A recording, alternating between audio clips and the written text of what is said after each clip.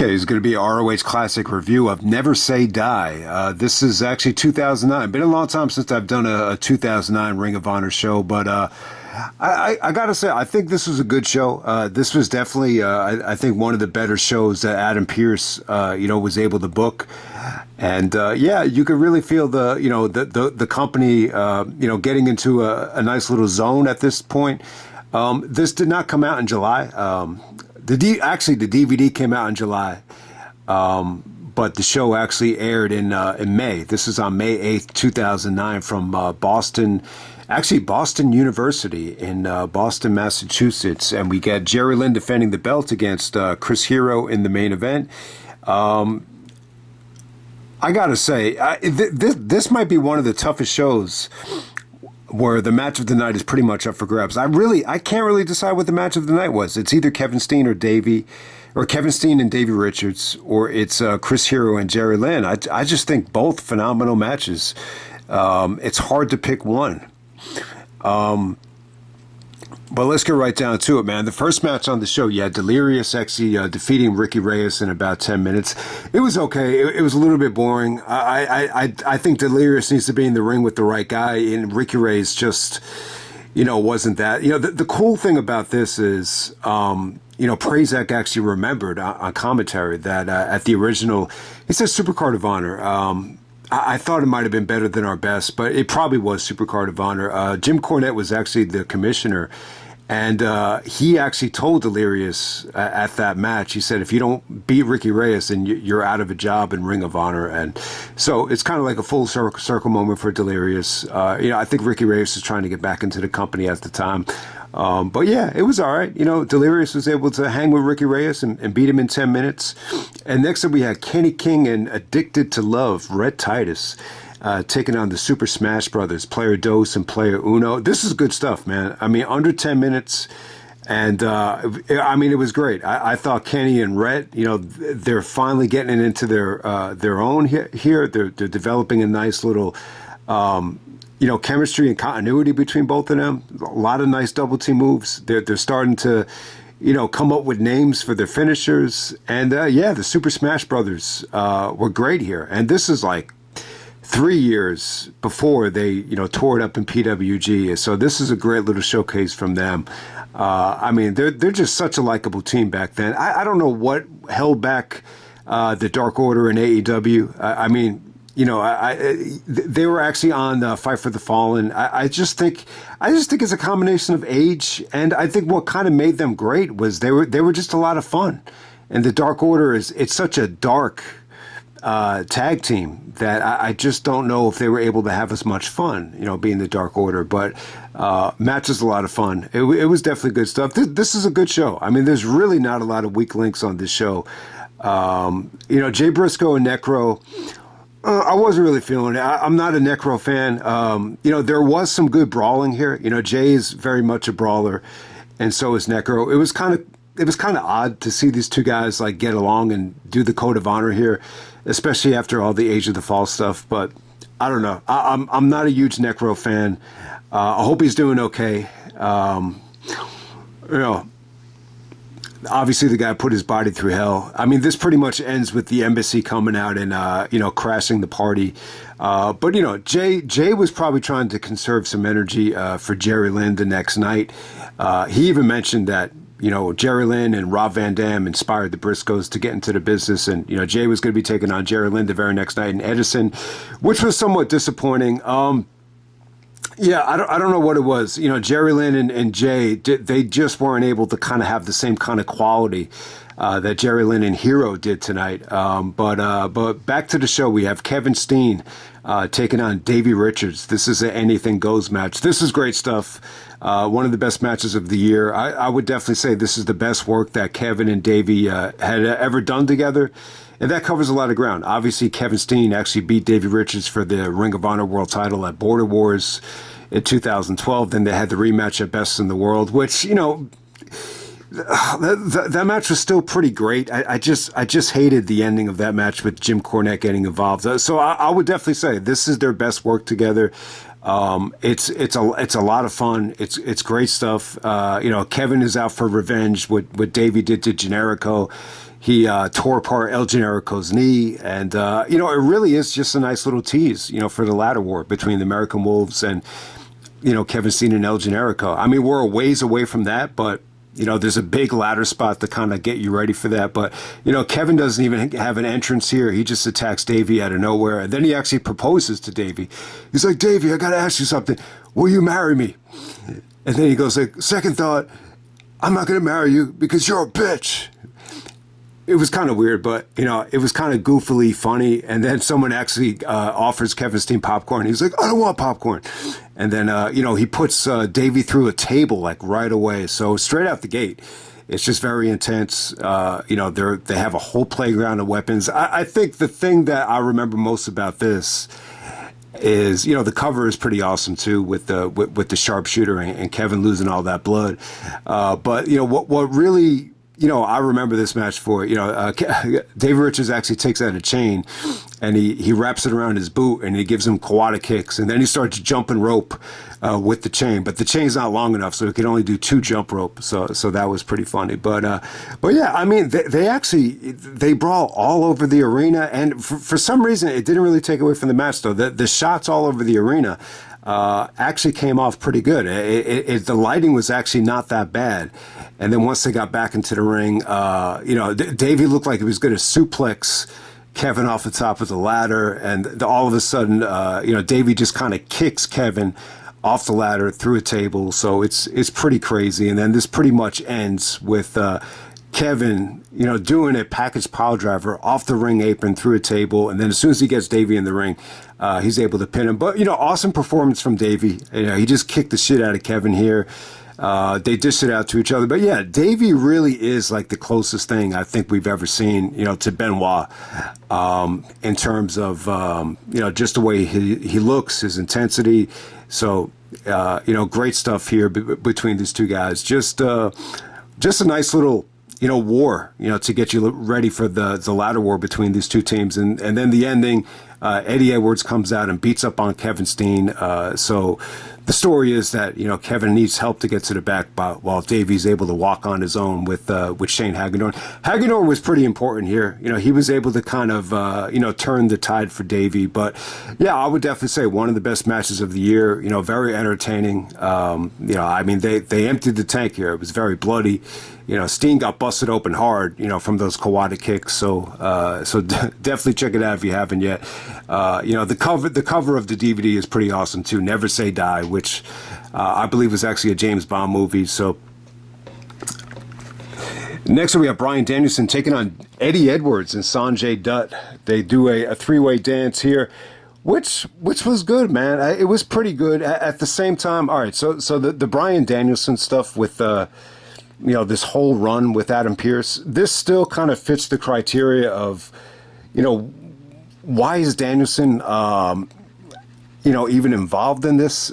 It's just, I don't know. It's still a little bit weird. It's not the worst thing in the world.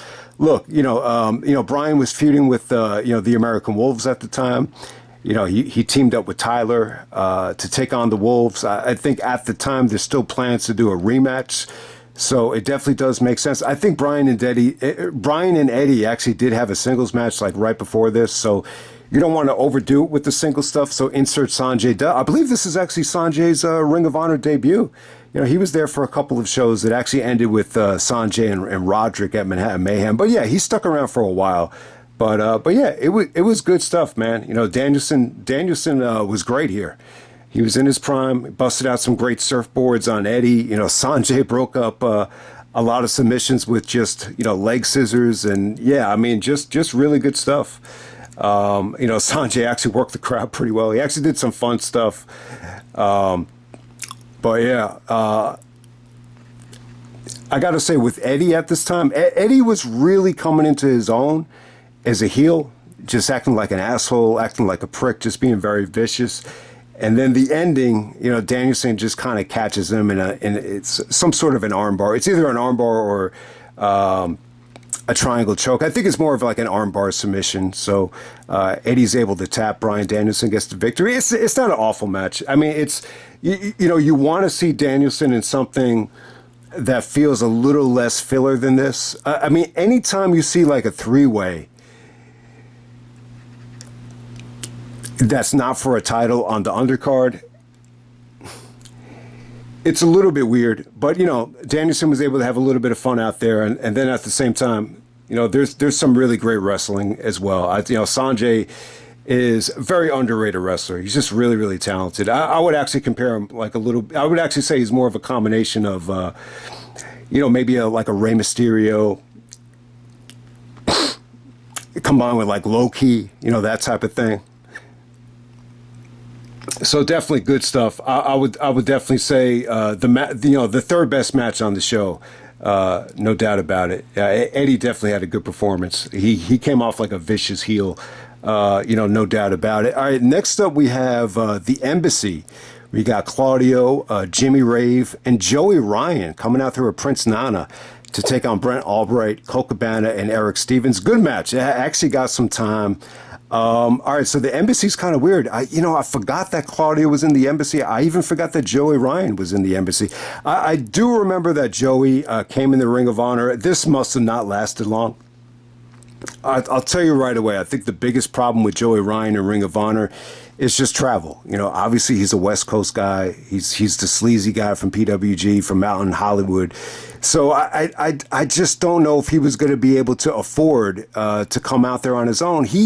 I'm assuming he probably made a deal with them that they didn't have to pay for the travel for every single time, but you just knew this wasn't going to last that long because, Ring of Honor ran most of the shows, on the East Coast, especially in the Northeast. So I don't know if Joey Ryan was ever really like a great fit, for Ring of Honor, but at this time he's in the Embassy. It was cool.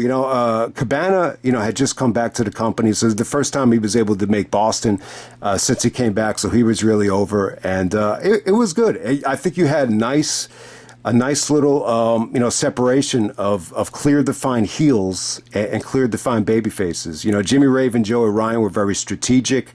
I thought Claudio was like, he looked better than ever, like in terms of being in shape and, just being muscular and strong. And I got to say, who really surprised me here is Albright. Albright just delivered like some really great, half Nelson, suplexes.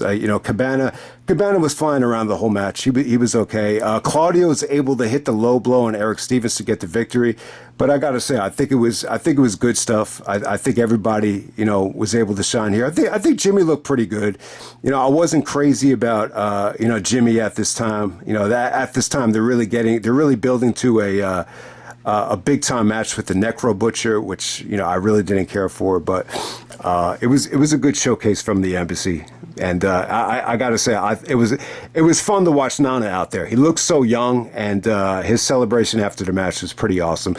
Okay, and on to the main event. We have Jerry Lynn defending the Ring of Honor World title against that young knockout kid, Chris Hero.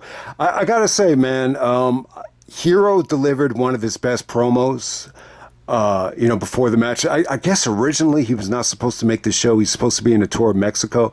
But things opened up for him. He got a really good promo talking about how when preparedness meets opportunity, that's when you achieve true success. I think he meant to say when preparation meets opportunity, that's when you meet true success. But overall, I got to say it was a great promo from Hero. This is where he starts calling himself, the knockout artist, or the young knockout kid. I KO with my elbow. It was almost like, very much Muhammad Ali inspired, which, it's no secret that Hero's a big Muhammad Ali fan with the Cassius Ohno name. If anyone could recommend like the best Chris Hero promo, let me know. He cut a really good promo as well right before the Eddie Edwards match. In 2011, also for the Ring of Honor title. But yeah, I'd like to know what people really consider like the best Chris Hero promo.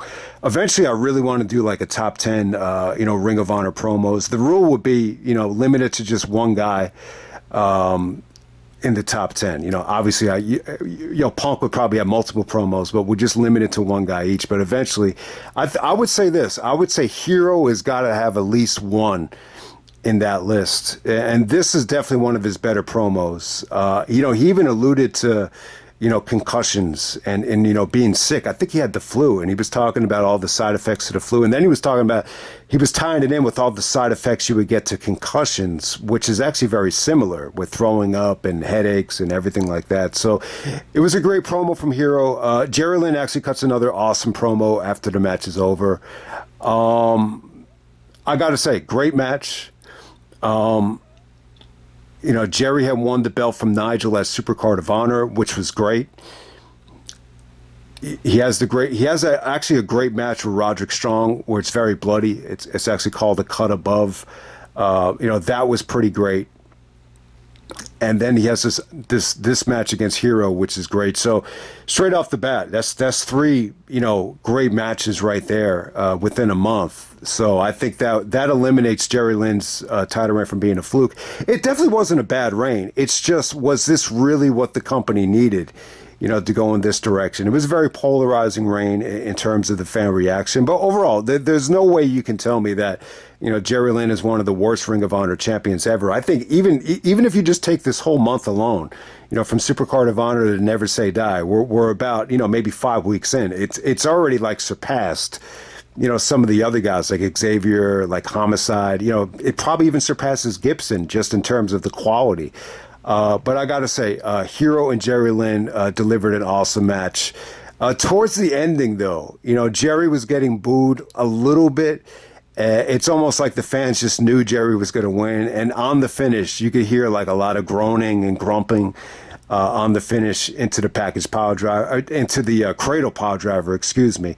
But overall, it's a great match. It's very competitive. It's very stiff. It really is just two guys, trying to fight off, just two moves. It's Hero trying to use the roaring elbow. It's Jerry trying to counter with the cradle power driver. Even Jerry, delivers some nice elbows of his own to counter. But I mean, it really is good. I mean, there's some great kickouts here. The fans are going crazy towards the end. It probably is the match of the night. They go 25 minutes. Jerry just empties the tank here.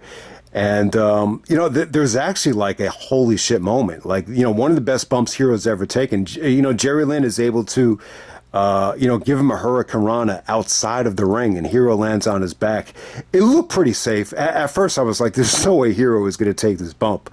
But yeah, he actually takes it. He kind of rolls through it, and he lands on the mat. So it's not like an unsafe bump or whatever, but yeah, it's pretty good, man. I mean, the Hero was really coming into his own. I mean, this is just, no nonsense Hero. It feels like he totally got all the CZW, stench out of his system, and he's just focused on just being a great wrestler. I mean, he really is. He really was awesome. So it's a great combination, featuring two guys with very similar looks.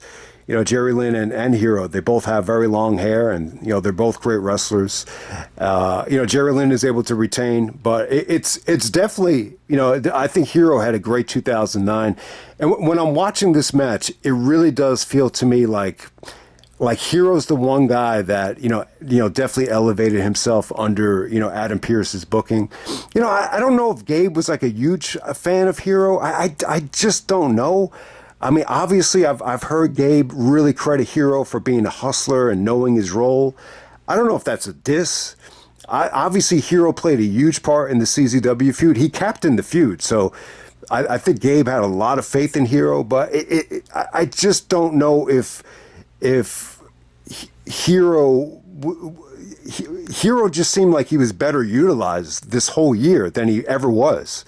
I think a lot of it just had to do with him getting in shape, and everything was just getting better. Promos, in the ring, the dude was on fire, and he would even get better the next couple of years with the Kings of Wrestling, obviously. And then Davey's another one. I do think, like, if Gabe did not get fired, I think Davey was going to be pushed anyway. He was booked to win Survival of the Fittest. So obviously, I think Hero and Davey would have been fine under Gabe. I really don't think it would have made a difference. But overall, I love the match. I think it's great. I think these two matches are great. There's even some really, really good stuff on the show, aside from the two great matches.